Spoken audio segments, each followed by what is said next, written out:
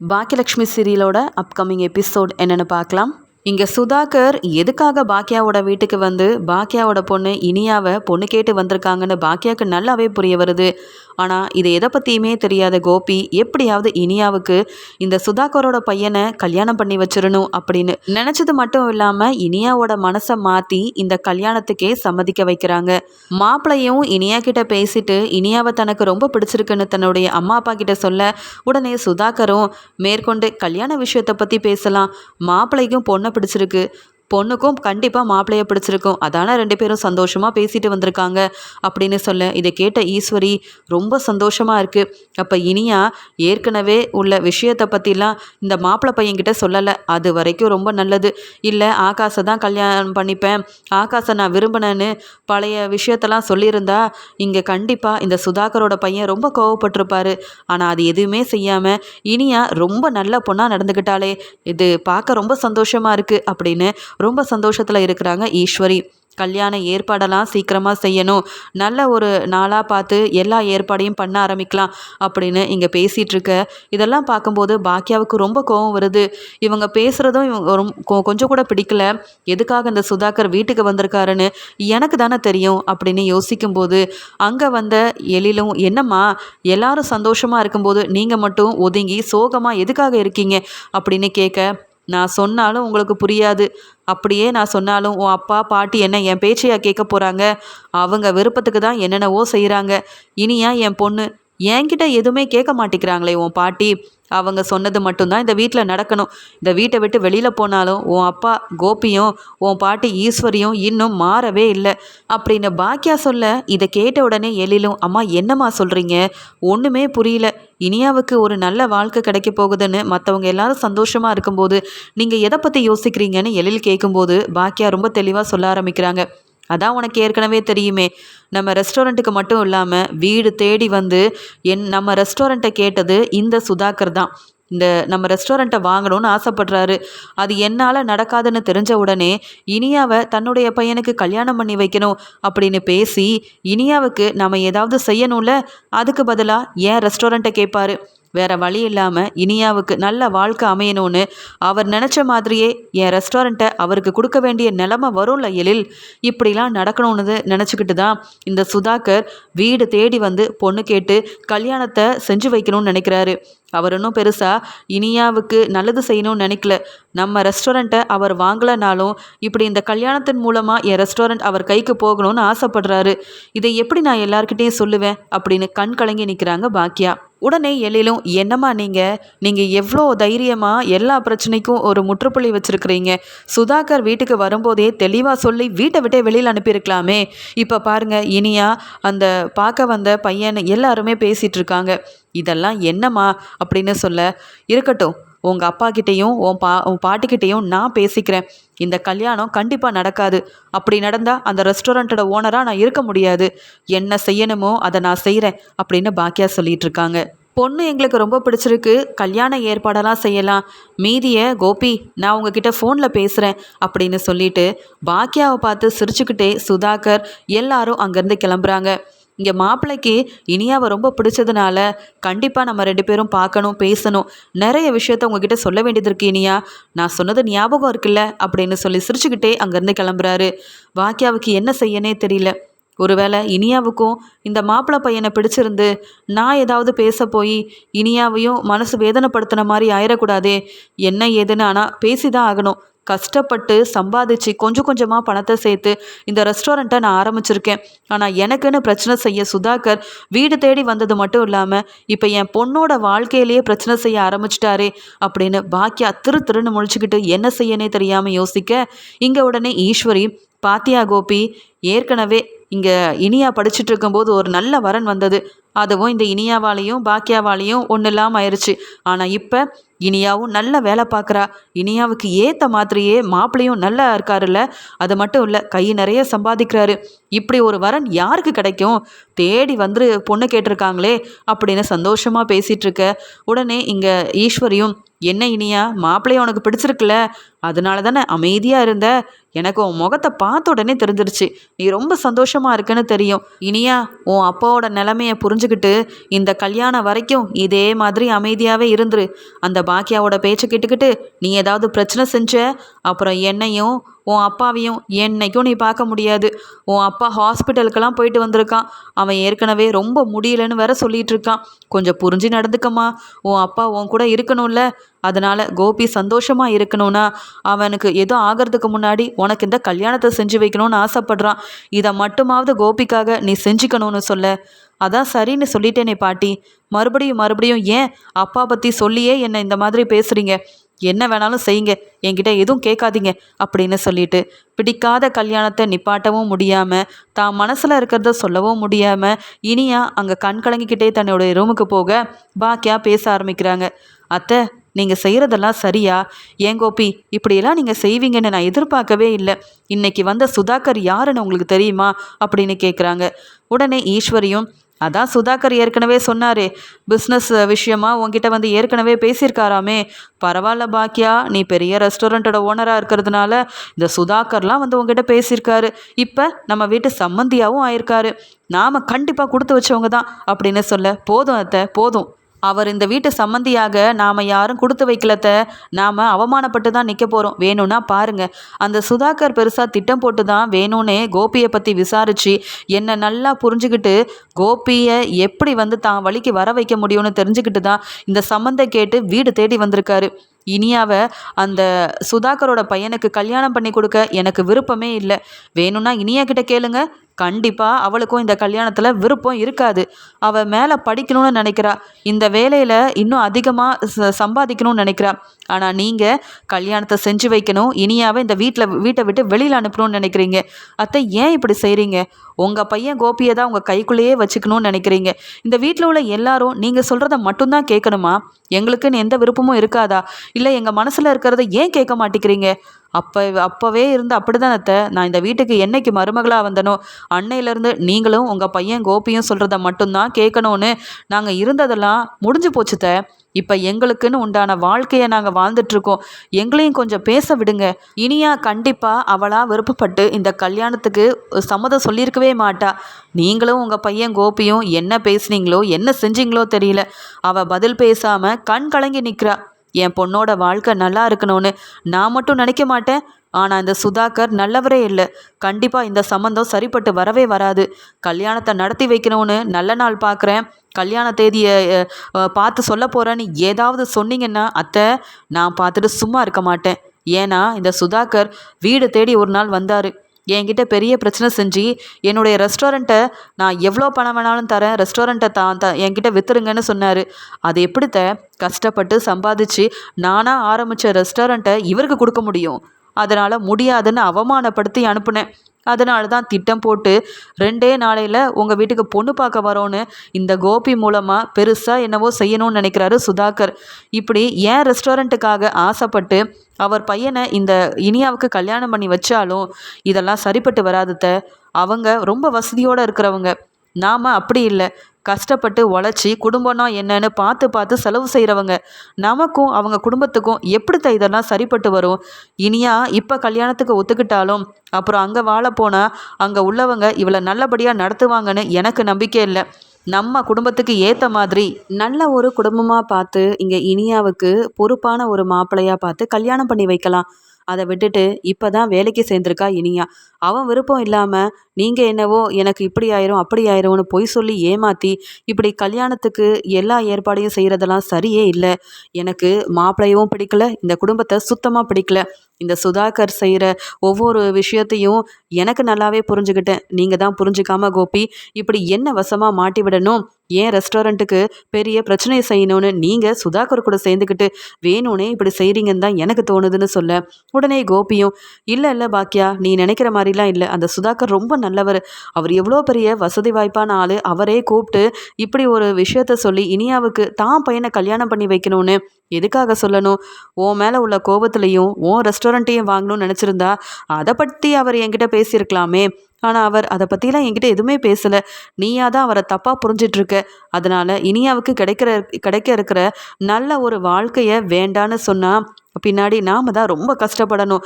இப்படிப்பட்ட ஒரு நல்ல வரன் இனியாவுக்கு கிடைக்காம கூட போகலாமே அப்படின்னு சொல்ல, அதுக்கு ஈஸ்வரியும், என்ன கோபி இது, இந்த இனியாவுக்கு நாம் பார்க்குற மாப்பிள்ளையெல்லாம் சரிப்பட்டு வராதுன்னு சொல்கிறது தானே இந்த பாக்கியாவோட வேலை. தன்னுடைய பசங்க மேலே உண்மையாகவே பாசமும் அக்கறையும் இருந்தால் இந்த பாக்கியா அப்படி செய்ய மாட்டா. இப்பயும் மறுபடி இந்த சுதாகர் மேலே தப்பு இருக்குது, என் ரெஸ்டாரண்ட்டுக்காக தான் இவர் இப்படி பொண்ணு கேட்டு வந்திருக்காருன்னு சொல்ல, நாம் எதுக்கு இதெல்லாம் நம்பணும்? நாம் இந்த பாக்கியா பேச்சை கேட்க வேண்டிய அவசியம் இல்லை. சீக்கிரமாகவே இனியாவுக்கு அந்த மாப்பிள்ளை பையன் கூட கல்யாணம் நடக்கணும், நடத்தி வைப்போம். இந்த பாக்கியாவால் என்ன செய்ய முடியும்னு நான் பார்க்குறேன் அப்படின்னு சொல்கிறாங்க ஈஸ்வரி. இங்கே இனியாவுக்கு சீக்கிரமாக கல்யாணம் செஞ்சு வைக்கணும், இல்லை பாக்கியாவால் மறுபடியும் எந்த பிரச்சனையும் வந்துடக்கூடாது, இனியாவும் போலீஸை வர வச்சு அவமானப்படுத்திடக்கூடாது அப்படின்ற பயத்தில் கல்யாண ஏற்பாடெல்லாம் செய்கிறாங்க ஈஸ்வரியும் கோபியும். ஆனால் இந்த கல்யாணத்தை எப்படி நிப்பாட்டுறதுன்னு புரியாமல் இருக்கிறாங்க பாக்கியா. அந்த சமயம் சுதாகர் மறுபடியும் பாக்கியாவோட ரெஸ்டாரண்ட்டுக்கு போய் சிரிச்சுக்கிட்டே, என்ன பாக்கியா மேடம், என்ன சாதாரணமாக நினச்சிட்டிங்க, ஆனால் நான் அப்படி கிடையாது. எனக்கு ஒரு விஷயம் வேணும்னா அதை என் கைக்கு கொண்டு வரதுக்கு என்ன வேணாலும் செய்வேன். அதான் உங்கள் புதுசாக ஆரம்பித்த ரெஸ்டாரண்ட்டை பற்றி பேசுகிறேன். அந்த ரெஸ்டாரண்ட் கண்டிப்பாக எனக்கு வரும், நீங்களே அதை எனக்கு தருவீங்க. என் ரெஸ்டாரண்ட்டை யாருக்கும் தரமாட்டேன்னு பேசினேன், நீங்கள் தேடி வந்து அந்த ரெஸ்டாரண்ட்டை என்கிட்ட தரப்போகிறீங்க. உங்கள் ரெஸ்டாரண்ட்டோட ஓனராக நான் ஆக போகிறேன். இதெல்லாம் நடக்க தான் போகுது, பார்த்துக்கிட்டே இருங்கன்னு சொல்ல, உடனே பாக்கியாவும், நான் தெளிவாக சொல்கிறேன் புரிஞ்சுக்கோங்க, கஷ்டப்பட்டு ஆரம்பித்த ரெஸ்டாரண்ட்டை யார் கேட்டாலும் நான் தரமாட்டேன். நீங்கள் என்ன பிரச்சனை செஞ்சாலும் அதெல்லாம் சமாளிக்கிற தைரியம் என்கிட்ட இருக்குது. அப்படி இருக்க போய் தான் 2 ரெஸ்டாரண்ட்டோட ஓனராக தனியாக இருந்து சம்பாத்தியம் பண்ணிகிட்ருக்கேன். முடிஞ்சதை பாருங்கள். என்றைக்கும் நீங்கள் எனக்கு சம்மந்தியாக முடியாது, என் பொண்ணு உங்கள் வீட்டுக்கு மருமகளாகவும் விடமாட்டேன். இப்போவே இந்த கல்யாணம் நடக்கிறதுக்கு முன்னாடியே இப்படிப்பட்ட பிரச்சனையை ஆரம்பிக்கணும்னு நினைக்கிற நீங்கள், என் பொண்ணு உங்கள் வீட்டுக்கு மருமகளாக வந்ததுக்கப்புறமா என்னெல்லாம் செய்வீங்க? அதுக்கெல்லாம் நான் அமைதியாக போகணும்னு நினைப்பீங்க. முடியவே முடியாது. என்ன வேணாலும் செய்யுங்க, நானும் பார்த்துக்கிறேன்னு சொல்லிடுறாங்க பாக்கியா. இங்கே இனியா வேலைக்கு போகாமல் ஆகாஷை பற்றி யோசிக்கிறாங்க. ஆகாஷை நான் விரும்பினேன், அப்பா அம்மா பேச்சை கேட்டு நல்லபடியாக படித்து இப்போ வேலைக்கும் போயிட்டுருக்கேன். ஆனால் ஆகாஷை என்னால் கல்யாணம் பண்ணிக்க முடியாது போல், தகுதியே இல்லைன்னு சொல்லி இப்போ பெரிய இடத்துலேருந்து மாப்பிள்ளையை பார்த்து கல்யாணம் பண்ணி வைக்கணும்னு என் அப்பாவும் பாட்டியும் ஆசைப்படுறாங்க. இனி என் அம்மாவால் என்ன செய்ய முடியும், இல்லை என்னால் தான் என்ன செய்ய முடியும் அப்படின்னு யோசனை பண்ணிகிட்ருக்கேன். அங்கே போன பாக்கியாவும், இனியா உன்கிட்ட ஒரு விஷயத்தை பற்றி பேசணும். நீ எல்லாத்துக்கும் பொறுமையாக ஏன் இனி அமைதியாக இருக்க? உனக்கு உண்மையாகவே இந்த கல்யாணத்தில் விருப்பம் தானா? மாப்பிள்ளை பையனை உனக்கு பிடிச்சிருக்கா? ஏன் கேட்குறேன்னா, உன் பாட்டிக்கிட்டேயும் உன் அப்பா கிட்டேயும் பதில் பேசாமல் என்ன வேணாலும் செஞ்சுக்கங்கன்னு சொல்லிட்டு இங்கே ஏன் கண்கலங்கி உட்காந்துருக்க? இந்த கல்யாணத்தில் உனக்கு விருப்பம் இருந்தால் சொல்லு, நானே முன்னாடி நின்று நடத்தி வைக்கிறேன். விருப்பம் இல்லைனாலும் என்கிட்ட தெளிவாக சொல்லிடு. ஏன்னா இந்த பையனோட அப்பா நல்லவரே இல்லை. அவர் என்னுடைய ரெஸ்டாரண்ட்டை அவர்கிட்ட கொண்டு வரதுக்காக தான் இப்படி திட்டம் போட்டு ஒவ்வொன்றா செஞ்சிட்ருக்காரு. இதை உன் அப்பா கிட்டேயும் பாட்டிக்கிட்டேயும் புரிய வச்சா நம்ப மாட்டேங்கிறாங்க. உன் கல்யாணத்தை நிப்பாட்ட இப்படி நான் பெருசாக பொய் சொல்கிறேன்னு நினைக்கிறாங்க. எனக்கு உன் வாழ்க்கையும் முக்கியம், என் ரெஸ்டாரண்ட்டும் முக்கியம். அதுக்காக நான் என்ன வேணாலும் செய்வேன். இப்போ என்கிட்ட உண்மையை சொல்லு, இந்த கல்யாணத்தில் உனக்கு விருப்பம் தானான்னு கேட்க, உடனே அழுதுகிட்டே இனியா சொல்கிறாங்க, இல்லவே இல்லை, இப்போ நான் கல்யாணம் பண்ணிக்கணும்னு நினைக்கவே இல்லை. அப்பா என்னை கூப்பிட்டு தனியாக பேசினாங்க. எனக்கு இப்போவே ரொம்ப முடியல, என்ன வேணாலும் நடக்கும். அதனால் எனக்கு உன் கல்யாணத்தை பார்க்கணுன்னு ஆசையாக இருக்குது, நான் சொல்கிறத கேளுன்னு ஒரு பக்கம் அப்பா பாட்டின்னு எல்லாரும் என் மனசை மாற்றினா நான் என்னம்மா செய்ய முடியும்? அப்பாவுக்காக பெருசாக நான் எதையும் செய்யலை. கல்யாணத்தையாவது செஞ்சு என் அப்பா பாட்டி சந்தோஷமாக இருக்கிறத பார்க்கணுன்னு நினச்சேன். அதனால தான் யாரை சொல்கிறாங்களோ அந்த பையனை கல்யாணம் பண்ணிக்கலான்னு பொறுமையாக அமைதியாக இருந்துட்டேன். இதுக்கு மேலே நான் என்னம்மா செய்ய முடியும்? படிக்கும்போது கல்யாணம் ஏற்பாடு செய்கிறாங்கன்னு சொல்லி போலீஸை வர வச்சேன். அதுலேயே பாட்டியும் அப்பாவும் எப்படி பேசினாங்க, திட்டினாங்க. எல்லாத்துக்கும் காரணம் நீங்கள் தானே சொன்னாங்க. அதனால தான் இந்த முறை எதுவுமே செய்யக்கூடாதுன்னு பொறுமையாக இருந்தேம்மா. ஆனாலும் இந்த கல்யாணத்தை செய்யணும் அப்படின்ற எண்ணம் எனக்கு கொஞ்சம் கூட இல்லைம்மா அப்படின்னு இனியா அவங்க அம்மா பாக்கியலக்ஷ்மி கிட்ட ரொம்ப அழுகுறாங்க. உடனே பாக்கியா சொல்கிறாங்க, நான் இருக்கும்போது நீ எதுக்காக கண் கலங்கி அழணும்? உன் அப்பாவுக்கும் பாட்டிக்கும் சரியான பாடம் புகட்டுறேன். நீ போலீஸை வர வைக்கலனா என்ன? என் பொண்ணுக்கு விருப்பமே இல்லாத கல்யாணத்தை செஞ்சு வைக்க போகிறாங்க கோபியும் ஈஸ்வரியும்னு சொல்லி உன் பாட்டியவும் உன் அப்பாவையும் நான் நல்லா அவமானப்படுத்தினாதான் இனி உன் விஷயத்தில் அவங்க 2 பேரும் தலையிட மாட்டாங்க. உன்னால் செய்ய முடியாதது நான் செய்கிறேன் இனியா, அமைதியாக இருன்னு சொல்லிடுறாங்க. அது மட்டும் இல்லாமல் சுதாகர் வீடு தேடி வந்து என்னுடைய ரெஸ்டாரண்ட் தனக்கு வேணும்னு சொல்லி பெரிய பிரச்சனை செய்கிறாரு. இப்போ தன்னுடைய பையனை இனியாவுக்கு கல்யாணம் பண்ணி வைக்கிறேன்னு பெருசாக எல்லாரையும் நம்ப வச்சு நடிக்கிறாருன்றதையும் போலீஸ்கிட்ட சொல்லி நான் புரிய வைக்கிறேன். ஏன்னா அந்த சுதாகர் என்னை பார்க்க வந்தது பேசுனதுன்னு எல்லா ஆதாரமும் என்கிட்ட இருக்குது. ரெஸ்டாரண்ட்டில் வந்து பேசுனதையும் நான் வந்து ஆதாரமாக கொடுப்பேன். வீடு தேடி வந்து அவர் பேசின எல்லாத்தையுமே ஆதாரமாக போலீஸ்கிட்ட காமிச்சு கண்டிப்பாக உனக்கும் இந்த கல்யாணத்தை நடக்க விடாமல் செய்வேன். எனக்கும் என் ரெஸ்டாரண்ட் என்கிட்டயே இருக்கிற மாதிரி எல்லாத்தையும் நான் தெளிவாக செய்ய போகிறேன். நீ பொறுமையா இரு. உனக்கு பிடிக்காத கல்யாணம் நடக்கவே நடக்காது இனியா, அம்மா இருக்கேன்ல அப்படின்னு ஆறுதலாக பேசிட்டு பாக்கியா ரெஸ்டாரண்ட்டுக்கு போகிறாங்க. செல்வி கிட்ட சொல்கிறாங்க, நடந்த எல்லாத்தையுமே சொல்கிறாங்க. என் அத்தையும் கோபியும் திருந்த மாட்டாங்க. இந்த கல்யாணத்தை நிப்பாட்ட எனக்கு வேற வழி தெரியல. நானும் இனியா மாதிரியே செஞ்சாதான் என் அத்தைக்கெல்லாம் புரிய வரும் போல. பிடிக்காத கல்யாணத்தை செஞ்சு வச்சு இனியாவோட வாழ்க்கையில் பெருசாக பிரச்சனை செய்யணும்னு நினைக்கிறாங்க. பணம் தான் முக்கியம். வசதி வாய்ப்போடு வந்த வரன் இது. அதனால் கல்யாணம் சரியாக நடக்கணும்னு ஆசைப்பட்டுட்டு இருக்காங்க என் அத்தை. ஆனால் அவங்க நினைக்கிறது என்றைக்குமே நடக்காது. இந்த கல்யாணம் நடந்தால் இந்த ரெஸ்டாரண்ட் அந்த சுதாகருக்கே போயிடும். வேறு வழி இல்லை அப்படின்னு சொல்லிட்டு இங்கே வந்து பாக்கியா போலீஸ்கிட்ட போய் நடந்த எல்லாத்தையும் சொல்லி என் பொண்ணுக்கு நீங்கள் தான் ஒரு நியாயம் வாங்கி தரணும். பிடிக்காத கல்யாணத்தை செஞ்சு வைக்கிறாங்க என் வீட்டுக்காரரும் என் மாமியாரும். அது மட்டும் இல்லாமல் என் ரெஸ்டாரண்ட்டுக்கு வேணும்னே தேடி வந்து பிரச்சனை செய்கிறாரு சுதாகர் அப்படின்னு கம்ப்ளைண்ட் கொடுக்குறாங்க பாக்கியலக்ஷ்மி.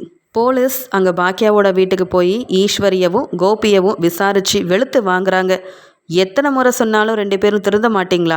உங்கள் பொண்ணு படிக்கும்போது இப்படி தான் கல்யாண ஏற்பாடு செஞ்சீங்க. இப்போ தான் வேலைக்கு போயிருக்காங்க. அவங்களுக்கு பிடிக்காத கல்யாண ஏற்பாடு செய்ய நீங்கள் யார் முதல்ல? தகுதி பார்க்குறவங்க தானே நீங்கள். உங்களுக்கு இப்படி செய்ய தகுதி இருக்கா அப்படின்னு இனியாவை கூப்பிட்டு கேட்க உடனே இனியாவும் எங்கள் அம்மா சொல்கிறது உண்மைதான். எங்கள் அம்மா கிட்ட நான் தான் இந்த கல்யாணம் பிடிக்கலன்னு சொல்லி அழுதேன். அதனால தான் உங்ககிட்ட வந்து கம்ப்ளைண்ட் கொடுத்துருக்காங்க. இதுக்கு மேலேயும் என் பாட்டியவும் அப்பாவையும் எப்படி சமாளிக்கிறதுன்னு எனக்கு தெரியவே இல்லை. கல்யாணம் எனக்கு பிடிக்கல. இந்த கல்யாணத்தில் எனக்கு விருப்பம் இல்லை அப்படின்னு பாக்கியா முன்னாடியும் இங்கே கோபி ஈஸ்வரி முன்னாடியும் ரொம்ப தெளிவாக தன்னுடைய முடிவை இனியா சொல்கிறாங்க. அவமானப்பட்டு தலை குனிஞ்சு நிற்கிறாங்க கோபியும் ஈஸ்வரியும். அது மட்டும் இல்லாமல் இந்த கல்யாணத்தின் மூலமாக பாக்கியாவோட ரெஸ்டாரண்ட்டை எப்படியாவது வாங்கிடலான்னு நினச்ச இங்கே சுதாகருக்கு சரியான பாடம் புகட்ட பாக்கியா கம்ப்ளைண்ட் கொடுக்க போய் சுதாகரோட வீட்டுக்கு போலீஸ் போகிறாங்க.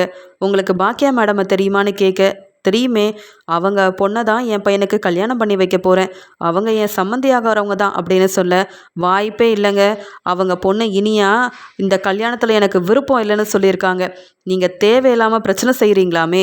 அவங்க ரெஸ்டாரண்ட்டை வாங்கிறதுக்காக தான் இந்த கல்யாணத்தையே செஞ்சு வைக்கணும்னு நினைக்கிறீங்களாமே. உங்கள் மேலே கம்ப்ளைண்ட் கொடுத்துருக்காங்க. நீங்கள் எவ்வளோ பெரிய ஆளாக வேணாலும் இருந்துக்கோங்க. ஆனால் அதுக்குன்னு அவங்க ரெஸ்டாரண்ட்டில் போயிட்டு பேசுகிறது, ஆளுங்களை அனுப்புறது, வீடு தேடி போய் பிரச்சனை செய்கிறதுன்னு ஒவ்வொன்றா செஞ்சு அந்த ரெஸ்டாரண்ட்டை வாங்க முடியாதுன்னு தெரிஞ்ச உடனே பெருசாக திட்டம் போட்டு இந்த கல்யாணத்தை நடத்தி வைக்கணும்னு நினைக்கிறீங்களே. என்ன சார் இதெல்லாம்? பெரிய வசதி வாய்ப்போடு இருக்கிறீங்க.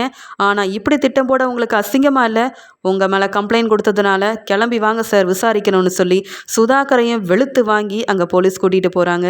ஒரு பக்கம் ஈஸ்வரி கோபி, இன்னொரு பக்கம் சுதாகர்னு நடுவில் நிற்கிற பாக்கியாவை பார்த்து 3 பேரும் முறைச்சிக்கிட்டே இருந்தாலும் தெளிவாக தைரியமாக தான் பக்கம் இருக்கிற நியாயத்தை போலீஸ்கிட்ட சொல்லி இவங்க 3 பேரையும் விசாரிக்க சொல்கிறாங்க. இங்கே வந்து பாக்கியா. அப்போ தான் கோபிக்கும் ஈஸ்வரிக்கும் தெளிவாக புரியுது, சுதாகர் வேணும்னே திட்டம் போட்டு தான் இந்த கல்யாண ஏற்பாடெல்லாம் செஞ்சுருக்காரு. இங்கே இனியாவை தான் மருமகளை ஆக்கிக்கிட்டா என்ன சொன்னாலும் கோபியும் பாக்கியாவும் கேட்க தானே செய்யணும்.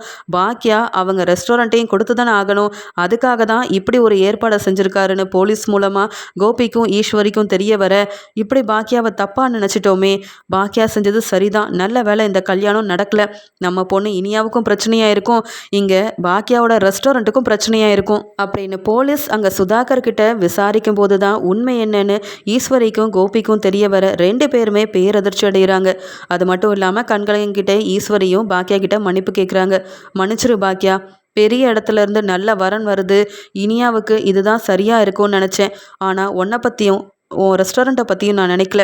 நீ சொல்கிறது உண்மைன்னு கூட நினைக்கல. இந்த கல்யாணத்தை நிப்பாட்ட நீ தான் திட்டம் போடுறேன்னு நினச்சி ஒன்றை திட்டினேன். ஆனால் இப்போ தான் தெரிய வருது இந்த சுதாகர் நாங்கள் நினச்ச மாதிரியே நல்லவர் இல்லைன்னு. நல்ல வேலை இந்த கல்யாணத்தை நிப்பாட்டி எங்களுக்கு சரியான பாடம் புகட்டினது மட்டும் இல்லாமல் உனக்கு பிரச்சனை செஞ்ச சுதாகருக்கும் சரியான பதில் கொடுத்துருக்க. எங்களை மன்னிச்சிரு.